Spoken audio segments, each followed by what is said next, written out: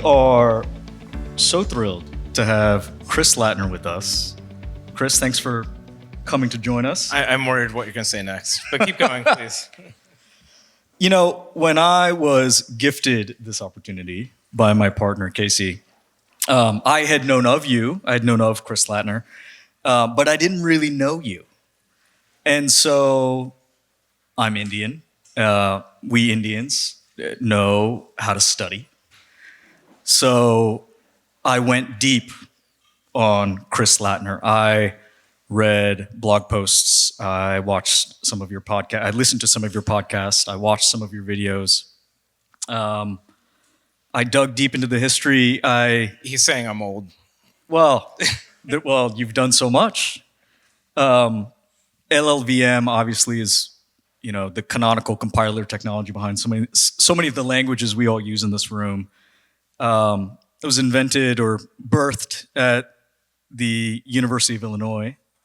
You were a PhD student at the time, and I thought, who was Chris as a PhD student? What was he like back then? And so your advisor, Dr. Vikramadve, I looked him up. I found his number. Also Indian, also reads, smart guy. I found his number, and I called him. And it went to voicemail. But as I was pulling on this thread, and I looked through all of your great contributions between LLVM, Swift, which is the canonical language in the Apple ecosystem today, all the work that you did shepherding TPU at Google, and now starting Modular, I reflected on the fact that so much of software today is built on technologies that you have put your fingerprints on. And so I think on behalf of maybe everyone that's here, I think we'd say thank you for all of your great work. Well, okay. And thank you. You're very kind. Many people contribute to all of these things. Very fair. But now it's time to cash in because you're a founder of a company. Just kidding. Chris, we can go any number of ways. This is the founder panel. And founder can mean the founder of a project. Founder can mean the founder of a community. And as we'll talk about, it can also mean the founder of a company. So I want to first talk about being the founder of a project, and specifically building a language. I mean, that's very unique relative to some of the other open projects we've been talking about today, which are more contained pieces of software. You were building a language in the open. And so walk us through just what are the nuances that you observed in building languages like LLVM and eventually Swift that went open source? So your question is, why are you so mad that you thought this was a good idea? Or you can go there. So I have to decide what angle to take the question, right? And so the question is, why do it in the first place? Right? Sure. A lot of it is, there's different steps and different projects have different answers for this. So LLVM, it was a university project, pure learning experience. I like to build things. And so I like to build things, I like to learn things, I like to understand how they work by building them. I like to get and spend time on the keyboard, come out with better ideas of how the world works, right? And so with LLVM and with many of these projects, Swift included, there was no goal of world domination or anything like that. It was just every day building some new stuff, building on top of it, solving a problem, having the aha moment, fixing the bug, working with developers and users, and kind of climbing. In the case of Swift, it was because I was burnt out building a C++ compiler. By the way, C++, I'm entitled to say, is a horrible language. Okay, I've written far too much of it, so I've earned the right to say that. And you can't write a C++ compiler, a parser, a type checker, all that stuff without wanting something new, right? And so, again, what it comes back to is curiosity. When Swift started, it was not go power to the Apple ecosystem. It was just learn how to do this, build something new, go explore some ideas, and that's where these things And as those languages were evolving in the open, did you notice anything unique about the community, the contributions, how you had to steward that project that maybe is specific to building a language that another open source project may not Yeah. experience? Well, so each of these are different, right? And so LLVM was 3 years before we open sourced it. And so many people don't know that the things I work on are generally closed and then get opened. And so Swift was proprietary for 4 years before it was launched.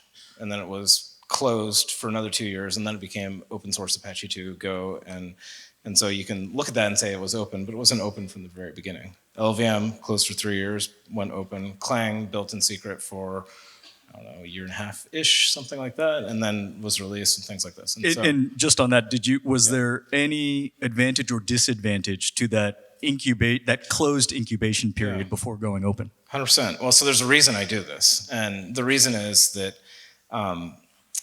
I love communities. I love developers. That's a big part of my persona, but it's really hard to build a uniquely novel new thing that you yourself don't understand when you're debating it in committee with people you don't know. And so when you're trying to do something, MLIR is another example of this. MLIR is a whole new compiler stack. It's like LLVM 2.0 almost.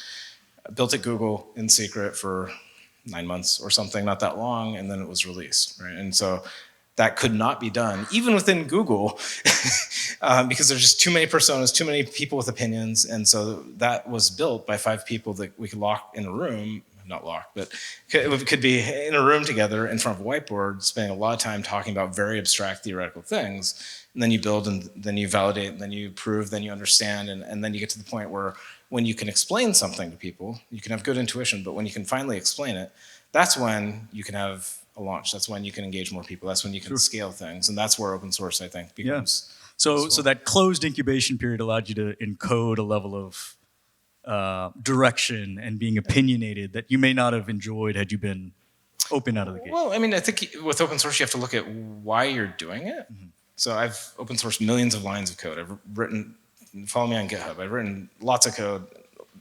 Large amounts of it are open source. So I love open source, okay?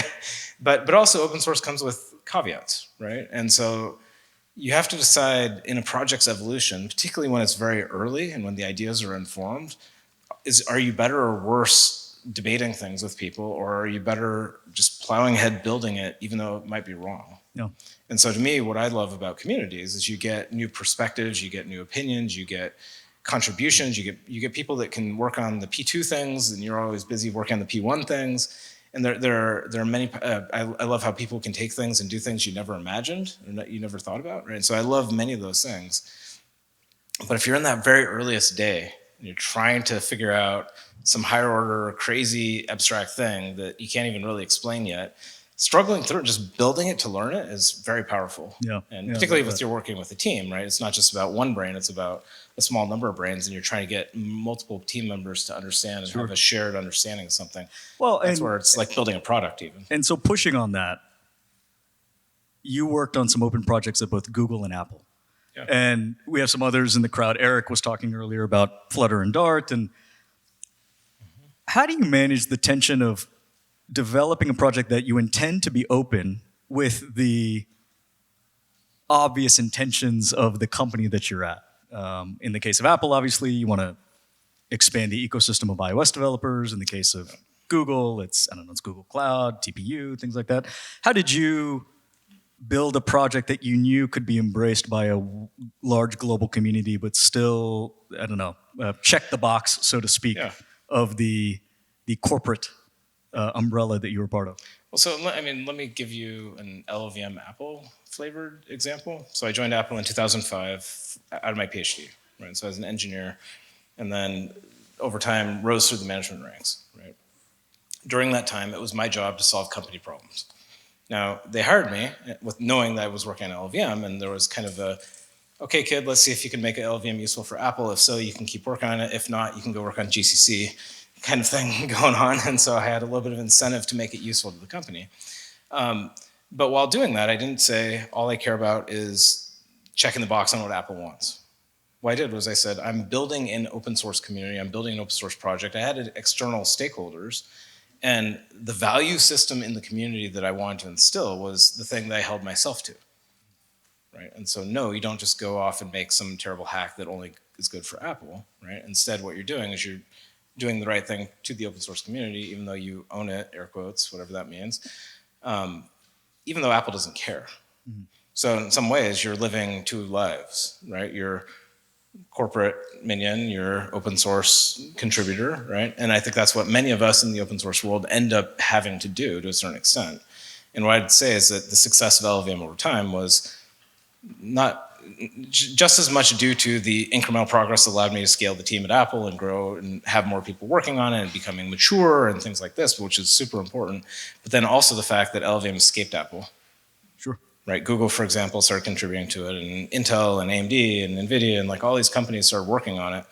And the thing I'm most proud about in the LLVM ecosystem is that you have these people whose companies hate each other. You have Apple and Google, you have NVIDIA and Intel and AMD, and you have Qualcomm and all these people that they really don't get along. But the value system, the principles, the culture within the LLVM community certainly has its own challenges here and there, but it transcends that, right? It's about technical excellence. It's about a shared understanding of what we want to achieve together.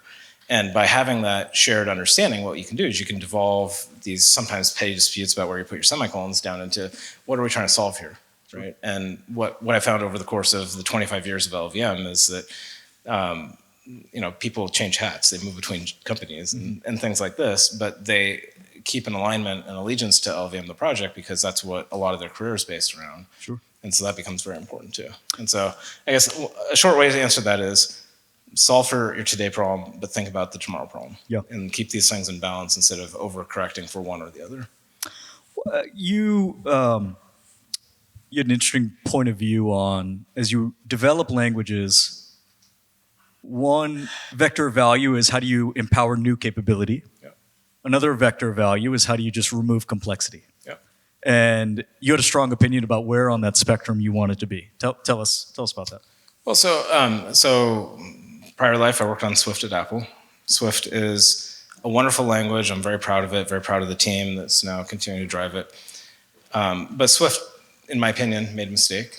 And so what it did is there's a few architectural decisions early on that I held dear about putting complexity into the library, getting it out of the compiler, making the whole system self-similar. And because of the way it launched and other details, the Eng team was always massively under the gun to solve problems, scale bugs, et cetera. And it's frickin' Apple's language. And every year Apple has a developer conference, and every year they put some API on the slide, and every year they say, oh wow, wouldn't it be great if it had fewer commas or something, right? And so what ended up happening is Apple got result builders, Apple got like all these weird things that were really about polishing an API of the day. And so it got a tremendous amount of complexity that's non-orthogonal, doesn't compose correctly, and leads to, again, it's a good language, but at least a lot of complexity that I don't believe needed to be there. Yep. Right? And so with Mojo, flip it around, right? We're doing it right.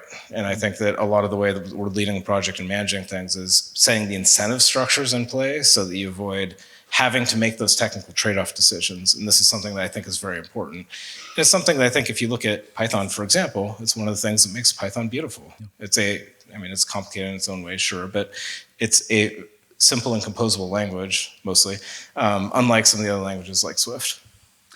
So Chris, you're a founder now of a company, and you were talking about Mojo, which is a superset of Python. So it's Pythonic in nature, but it allows you to abstract away some of the complexities of dealing with AI hardware. And so from that standpoint, I think you're broadening the accessibility of AI and AI-based computation to a much broader range of developers, which is super exciting. And so why start for the founders in the crowd who are still on the open source side of the spectrum, not yet having started companies? Why start a company in conjunction with this language? Why not build this language, contribute it to a foundation? Why not go inside of NVIDIA or Google and get tons of resources to advance this language? Why did you need a commercial entity attached to it? Okay, so two quick things. So one correction. We did not start Modular to build Mojo. Okay. So thing to know, we had to build Mojo. Mm-hmm. And the reason is that none of those big companies you speak of have the balls to do it. Who does this? Yep. nobody's willing to do this kind of work. Right. That doesn't happen, right? And so if you look out there, what is happening, what Modular is about is saying there's actually an entirely new generation of compute that's happening.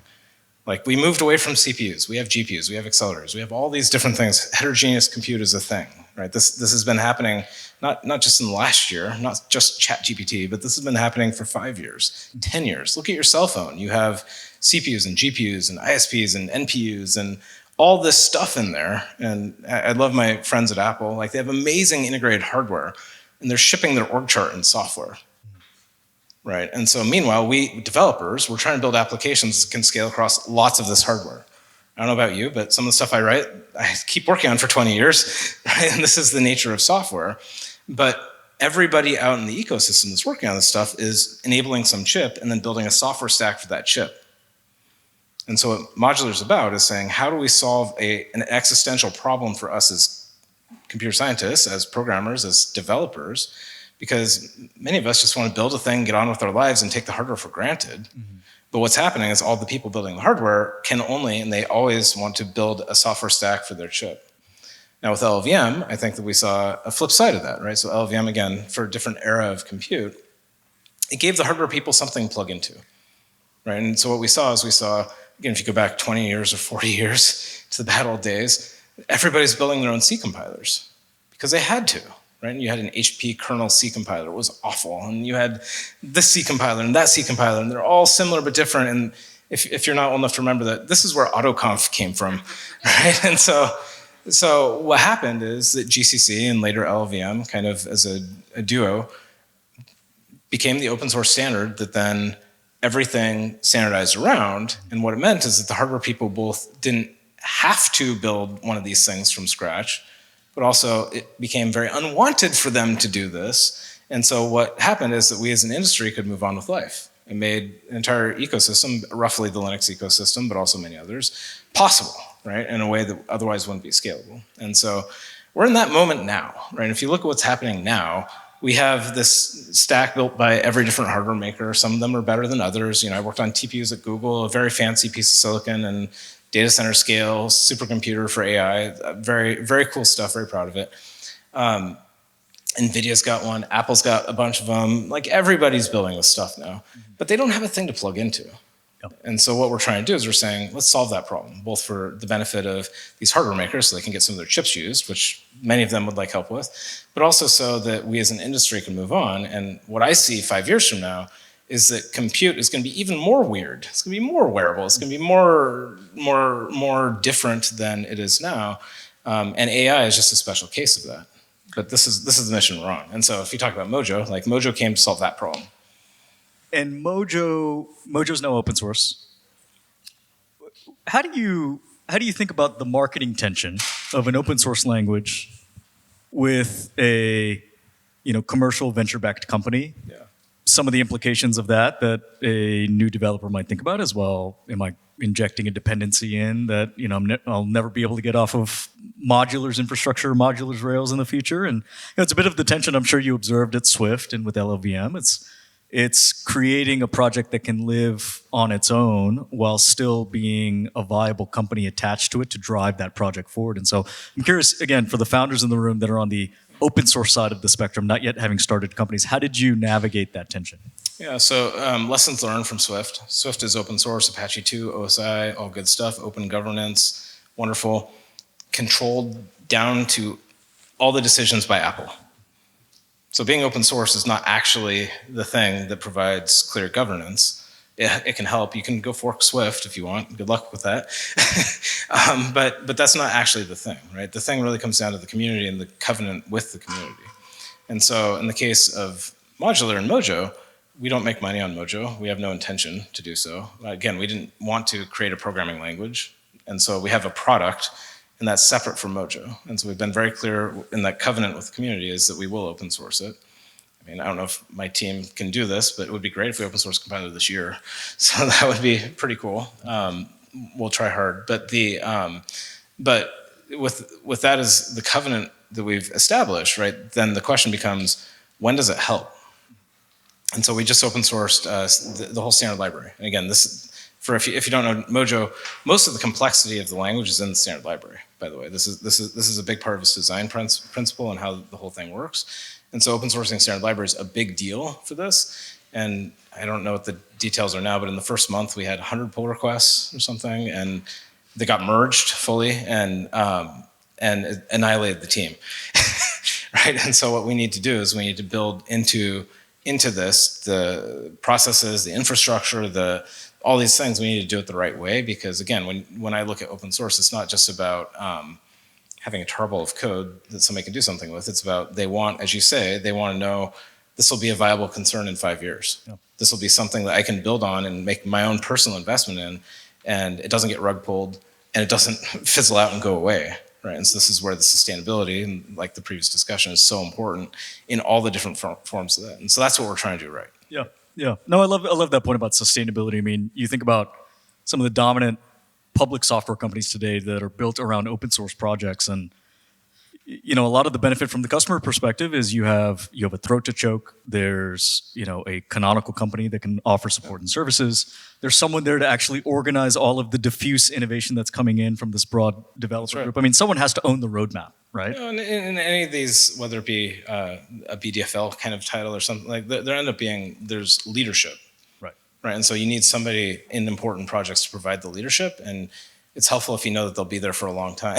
Right. They know what they're doing, right?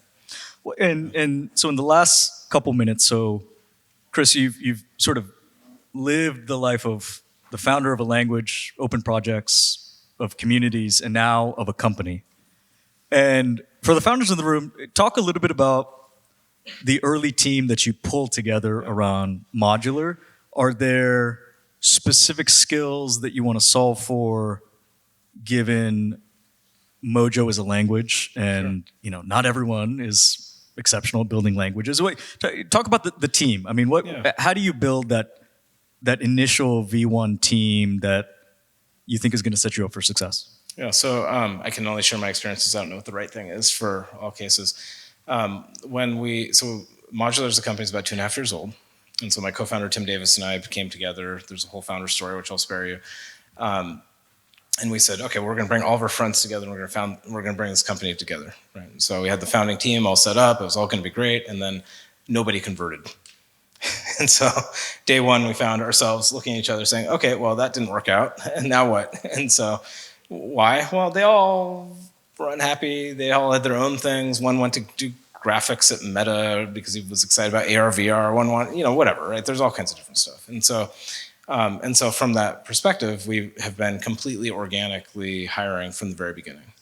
And actually, I'm very happy about that. I think it has led to us being a very strong, and there was a slower start to our growth, but it meant that everybody we hired, we told the same thing, right? They all have the same incentive structures. They're all joining for the same reasons. It's less of like the clan that goes and starts a thing and then everybody else is second tier. It's more about everybody's on the same level, and I think that's been very valuable. And so we've scaled. I mean, we're 120 people-ish at this point, so we've continued to grow. But that organic piece has worked out really well for us. Now, to your other point, we're also a very niche skill set, and so we're very low in the stack at the compiler and system software boundary. They're not all programming language people. The Mojo team's a smaller component of what we're doing. But it is definitely difficult to hire in general. How does Modular think about its business model going forward, and how does that inform what you put into Mojo? I mean, back to the earlier tension that we were talking about Swift inside of Apple and TPU inside of Google. How do you define the business model, and then working backwards, what does that mean about what Mojo needs to look like? Yeah, so the way we look at it, so lesson learned from Swift, and then I'll talk about Modular. Lesson learned from Swift, don't build a programming language with no users and then launch it to the world and say it's done. That's a terrible idea. Terrible, terrible, terrible idea, okay? I mean, it worked, and Swift is a good thing, but it was extremely painful, and that was very trying, and it taught us a lot. And so in the case of Modular, we're not building Mojo for other people to use. We're building Mojo so we can use it. And so a huge amount of our software is written in Mojo, and so we have the largest code base ever, and so that means that we're living with the pains of large scale builds and like You are your biggest user. Yeah. all of these things. And so that I think is a very important thing. But again, our product is not Mojo, right? And so the fact that, my goal is lots of people can use this. They can use it for non-AI things. And while I'm very excited and obsessed about accelerators and heterogeneous compute and like all these obscure things that many people don't worry about, many people like Mojo because it's just like a many thousand times faster Python. Yep. It turns out that having a many thousands of times faster Python with real async and threading and like all this stuff and SIMD and composes with the entire Python ecosystem beautifully and like all that stuff is actually really valuable. And I think that that's really useful to the world, even if it's not going to run on a GPU. Even if all the code doesn't run on a GPU. And so this is where I think that in the case of Modular, what we're doing is we're saying, okay, well, there's some stuff that we're going to do over here, but the cast-off value is great, and we hope that developers everywhere can benefit from that. I think this is what open source is really great at, is when you get complementary interests that come together. And that relationship with Python, I think, is so interesting because people describe Mojo as a superset of Python. It's sort of Python plus plus. And what learnings are there about developing alongside the Python ecosystem, the interrelationship that you may have learned from, I don't know, other superset languages, thinking like a TypeScript with JavaScript? And yeah. Is there anything that, are there any lessons that one can take away from sort of sitting alongside an existing incumbent ecosystem? Yeah, absolutely. So, I mean, my first experience with this was GCC to Clang. So for about 3 microseconds, Clang was supposed to be an ISO standard implementation of C. Okay, and that lasted right up until I had to parse the system header file. And I realized it was full of all the weird GCC extensions that were terrible and unprincipled but entrenched in all Linux software everywhere, right? And so suddenly it became a battle of how are you compatible with the legacy thing, even if they're even not happy with it 20 years into their evolution, right? And so another chapter in my learning was Swift and Objective-C. Here the goal is move an entire ecosystem that is rich with its own history, air quotes, to a completely new language without breaking the entire developer community. And being able to migrate that community over can't require a delete everything and start everything from scratch. And so in the case of Mojo and Python, Mojo's not done yet, so it's not yet a full superset of Python, but it will be. Give us a little bit of time. And in the meantime, you can import an arbitrary Python package, just use it, and it just works. And that's huge, and that's powered by taking a pragmatic approach to this instead of an idealistic academic approach. And so we leverage CPython, right? And so if you import matplotlib or something, you can totally use it. It just works, guaranteed to work. I mean, if you can get Python packaging to work, but that's not my problem. Other people have talked about that. Sorry.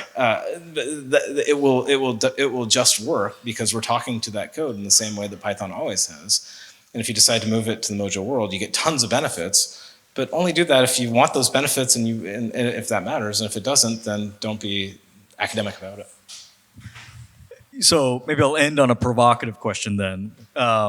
How do you see the relationship between Mojo and Python? Over time. Over time. Yeah, it's the same relationship as C and C++. Mm-hmm. Right? C is not dead. It has its own committee. C++ is not dead, sadly, and it has its own community. They co-evolve. They pay attention to each other. They learn from each other. Right? So it's not super well known, but C didn't have void until C++ taught it to have the void keyword. That was a C++ invention that fed back into C. And lots of stuff from C obviously went into C++ as well. And so these things co-evolve, and I expect the same thing to happen over time. Very cool. Yeah. Well, as a founder of a company now, you continue to push languages and computation forward. And again, we're so thankful for all of your contributions and sharing your story. So, Chris Lattner.